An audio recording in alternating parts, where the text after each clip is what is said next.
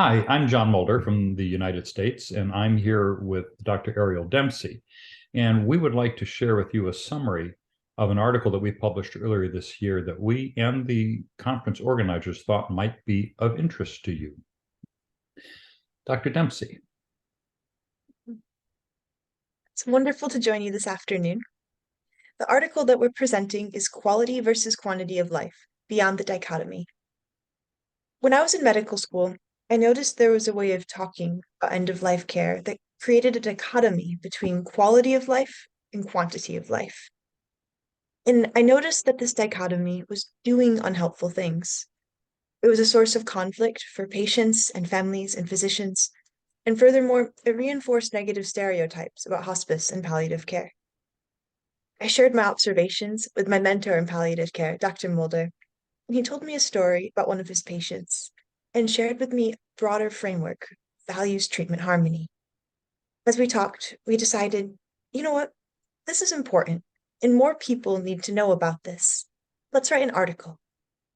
And so we did, and we published it in Palliative Medicine Reports. And this is the article that we're presenting to you today. We begin this article with a quote from the ordinary language philosopher J.L. Austin. He says, "It is essential, here as elsewhere, to abandon the old habits of Gleichschaltung, the deeply ingrained worship of tidy-looking dichotomies." J.L. Austin is the founder of a school of thought called ordinary language philosophy. And one of the central ideas in this school is that language doesn't just describe the world, language does things. So, as I said, in medical school, I noticed a dichotomous way of talking about quality versus quantity of life that was underlying goals of care discussions and doing unhelpful things in patient care. For instance, I'd watch a healthcare worker walk into a room and ask a terminally ill patient, "Do you want your primary goal of care to be quality of life or quantity of life?" Or, as another example, in the hospital system in which I worked, patients were asked to complete a treatment preference goals of care form. And the very first question on the page asked them to indicate whether they wanted to live as long as possible or whether they want quality of life.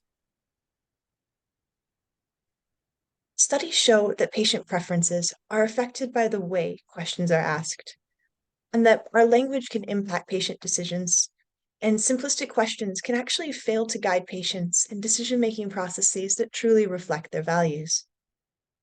The quality versus quantity idea was a tool, and it was a tool created to initiate conversations about goals of care. But the restrictive and dichotomous nature of this question makes it problematic when it's used on its own as a first-line approach to goals of care discussions. Studies show that patients desire both quality and quantity. Dr. Mulder is going to share a case study which reminds providers to seek this balance by situating quality and quantity within a larger and more inclusive framework of values treatment harmony. So Mike, not his real name, was a patient that came into an ALS clinic that I was working at the time. And he was very early in the course of the disease. He had had some foot drop and a little difficulty in dragging one of his legs. And as we walked down the hallway to the exam room, we passed a woman who was very advanced in her disease trajectory. She was in a motorized wheelchair. She had no purposeful movement, head faced straight forward, eyes able to wiggle to the side a little bit. She had a ventilator strapped to her back of the chair. She had a feeding tube that was delivering nutrients to her. And she had a computerized device that was allowing her to communicate using her eye gaze. And Mike stopped and he turned to me and he says, "Don't ever let me get like that." And I assured him, you'll be making the choices about what sort of interventions we want along the way. My job is to just let you know how we're going to prepare for each and every challenge that you might face along the way. He seemed satisfied with that. A few weeks later, he came in and it was more than a foot drop now. He was really struggling with ambulating, even with a walker. And I suggested to him that he might want to consider a motorized wheelchair. I reminded him that he told me he didn't want those types of things, but that he might find some level of independence with it and that he might want to give it a try. He decided he would because he didn't have to do it if he didn't want it. So he tried it. A couple of weeks later, he came back in absolutely delighted, like a little kid with a new toy. He was riding all around, and indeed, it had given him some newfound independence. It was a few months later when he presented with significant weight loss. And his lab suggested he was now becoming malnourished because of inability to swallow adequate nutrients. So I told him what that meant, is that if we didn't get a way to get calories into his body, that his life was going to be significantly shortened. He determined that his quality of life was pretty good. He was loved, enjoyed being around family, he had no pain, and life certainly wasn't the way he expected it was going to be, but he could live longer like this. So he chose to have the feeding tube, and indeed his weight stabilized for a period of time. It was sometime after that he presented with a complaint of fatigue, just no energy anymore. We were able to determine that his oxygen was dropping low at night because his respiratory system was beginning to fail. I suggested to him that we could support his breathing, not breathe for him, but just a little extra pressure to help his oxygenation a little bit. And if he didn't like it, he didn't have to do it, but he might want to consider that. And again, he was no pain, enjoying his family, cognitively sharp. So he gave it a try. He came back a couple weeks later and said, hey, can I use that during the day too? So he clearly found it a benefit. And so you can see where this is going. He was now relegated to an electric wheelchair. He had his breathing assistive device. He had his artificial nutrients running. The very things that he told me months earlier, didn't ever want that. But he was able to change his perspective about what to intervene based on what was important to him. And he was evolving what was important to him as he went along. He ultimately determined that when he no longer could effectively communicate with his family, that would be the time that he wanted to stop his tube feeds and his breathing support. And that day came. It came much later than it would have had he not had those interventions. And so he got both quality of life and quantity of life because we continued to have these conversations about what was important to him and how the interventions that we could make might help to support what was important to him, and ultimately allowing him to make the decisions on how his values would dictate how we were going to intervene.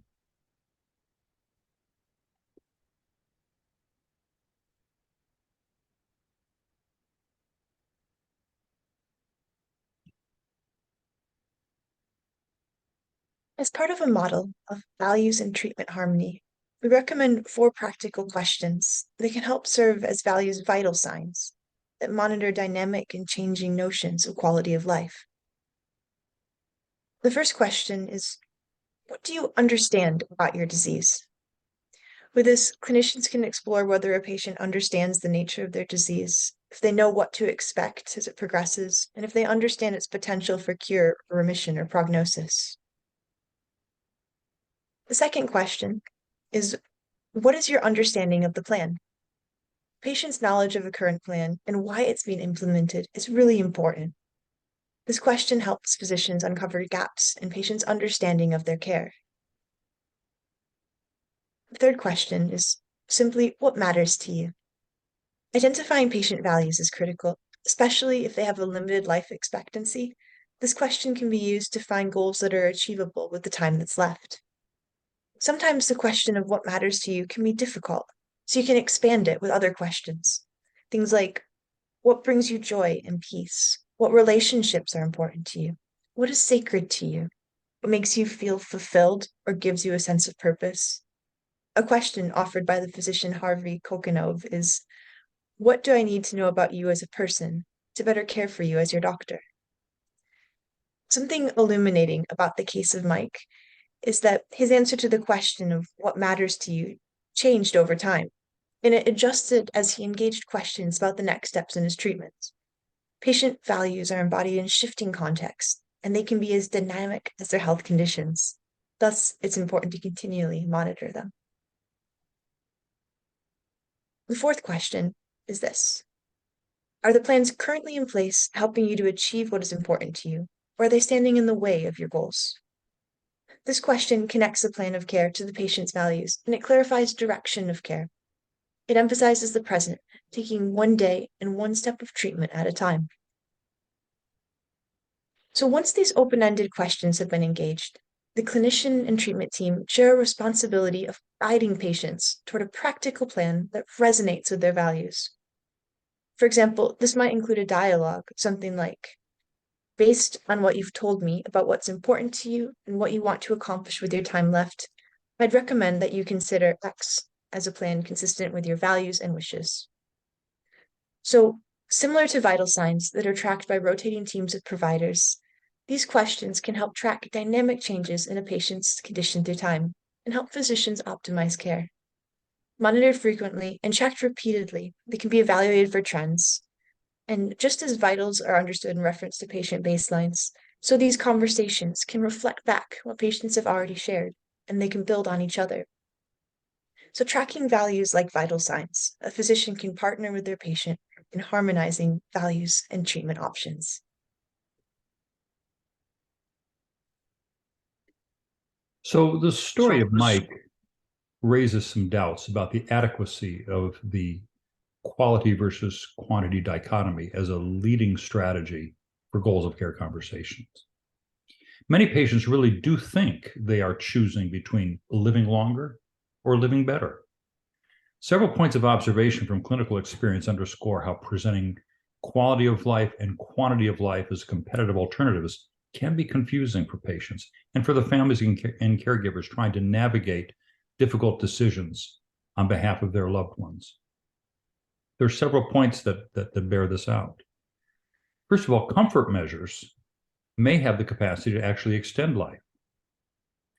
And there are some things that we do to improve quality of life that can create an actual alternative burden of suffering and decrease quality of life in another sense. Many interventional treatment measures intended to extend life can actually improve quality of life in unanticipated ways. Extending life may be an essential part of a patient's definition of quality of life, and we always have to bear that in mind. We also need to know that some interventions intended to extend life can actually shorten life, and many of us have seen that many, many times. Patients who encounter challenging or tragic health events will often report positive life experiences that arose because of their disease journey. I've had patients tell me, I wouldn't wish this on my worst enemy, but I wouldn't trade it for the world. A patient can be asked about their wishes regarding treatments such as cardiopulmonary resuscitation, ventilators, and feeding tubes, without labeling one of those choices quantity and the other choice quality. And finally, language of quality versus quantity can force a dichotomous choice and can bias patient decision-making. In some circumstances, length of life can compete with other values a patient considers essential to their quality of life.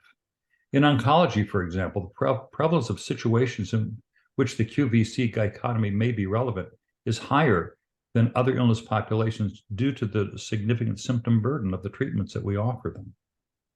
The emotional devastation of a cancer diagnosis can be intense, and the desire to live longer, juxtaposed with the frequent symptomatic challenges with cancer-directed therapies, can generate significant angst in patients and families, particularly if options are presented as, do you want the possibility of living longer or just remaining comfortable?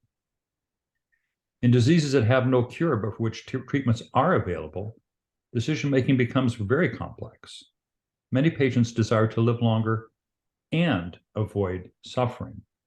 And one of the reasons we highlight the story of Mike is because that's a great example of how he was able to achieve both. This once again emphasizes the importance of clinicians helping patients focus on the values most meaningful to them.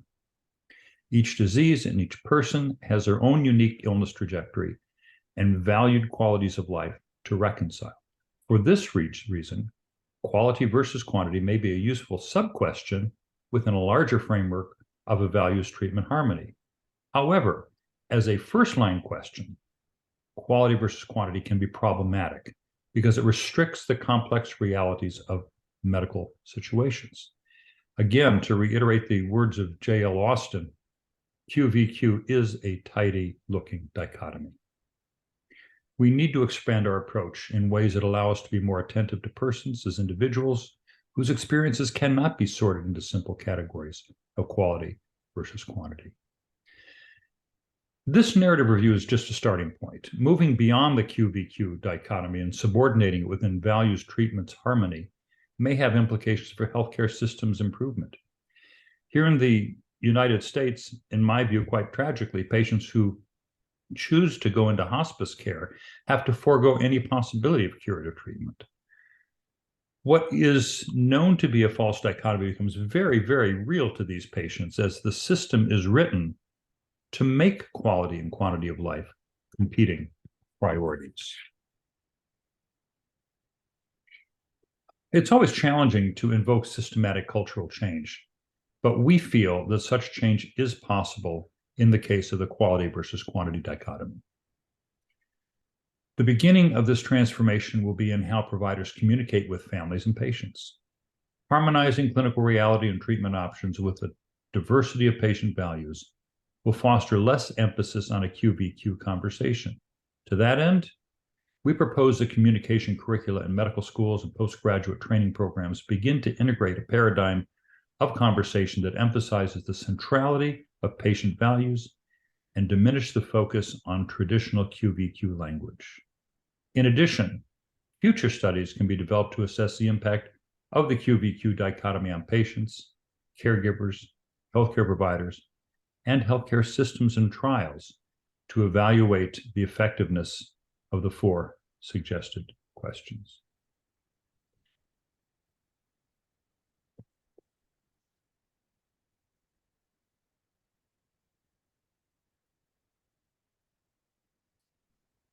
You know, a Q&A is about to open up, but first we have some questions for you, just to think about.